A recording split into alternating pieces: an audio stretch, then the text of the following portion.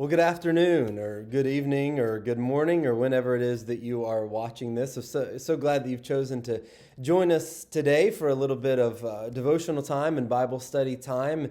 It's good in the middle of the week to kind of refocus our minds and our hearts and hopefully, kind of re-energize us for the rest of the week. And again, I'm so glad that you've chosen to join us. If you're part of our church family, then you may already know this, but we do meet on Wednesday nights at 6:30, and we would love to have you come join us and do a little Bible study time with us, as we're going to be talking about a lot of what we're going to be talking about tonight, or at least some of the tonight's kind of an overview or a little bit of just a short little devotional, and so we'll spend some more time this evening talking about what we're talking about right now. And on Sundays, we've been in a series called The Good Life, where we're talking about Jesus' words in the Sermon on the Mount in Matthew chapters 5 through 7. And again, if you haven't been with us, I would welcome you to join us on Sundays for that as well at 10:30 as we worship together and study together. But in the Sermon on the Mount, it begins with what we often call the Beatitudes. You may wonder, why do we call that the Beatitudes? Well, it's simple. It's just from a Latin word, beatus, which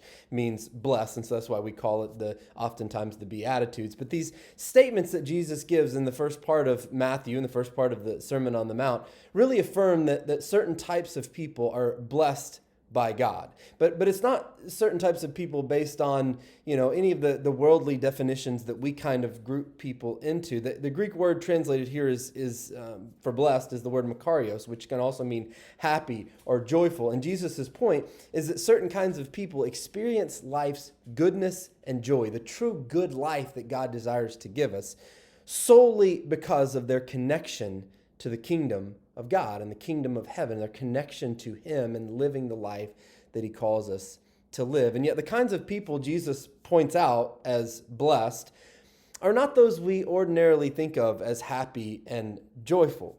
The kingdom of God turns life upside down and really inviting us into a new way of being and living in this world. And the first example of this is the very first beatitude, which are actually Jesus' very first words in the Sermon on the Mount. He says in Matthew chapter 5, verse 3, "Blessed are the poor in spirit, for theirs is the kingdom of heaven."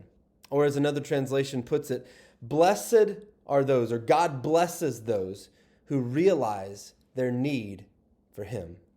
In other words, to be poor in spirit is to be aware of our great need for God. We realize that our hearts can never be satisfied apart from God's presence in our lives. And so we come to Him in a place of ultimate neediness. So often we're searching for all of these things that are going to fulfill our hearts and supply this good life that we all desire. And yet ultimately we realize, the very first words out of Jesus' mouth is to realize that we can't do it on our own, that we need His life to live truly the good life. And this awareness of our need truly makes us ready to receive God's rule and reign over our lives. We come to God on His terms, not ours, because honestly, we don't really have anything to offer Him other than our poverty of spirit, our neediness that alone He can fill. We often try so hard to be self-sufficient, as I alluded to just a while ago, to be rich in spirit, so to speak. But ultimately, our efforts to rely on ourselves fail. Ultimately, our efforts to find blessedness in the ways of this world just come up short. But hopefully, by God's grace, we realize just how much we need Him. And we come before Him not full of riches or full of ourselves, but empty, needy, and truly poor in spirit. And the cool thing is that God meets us there. He meets us in our poverty. He meets us in our brokenness. And not only does He meet our needs, but He pours His blessing upon us over and over. His blessings are new. His mercies are new every morning. He takes our poverty of spirit and gives back the riches of His Spirit. He upholds us when we're weak. He comforts us when we're afraid. He makes His kingdom available to us, graciously reigning over our lives. All praise be to God, who invites those who are needy, who are broken, who are truly poor in spirit, into His kingdom, so that He might bless us with His inexhaustible riches.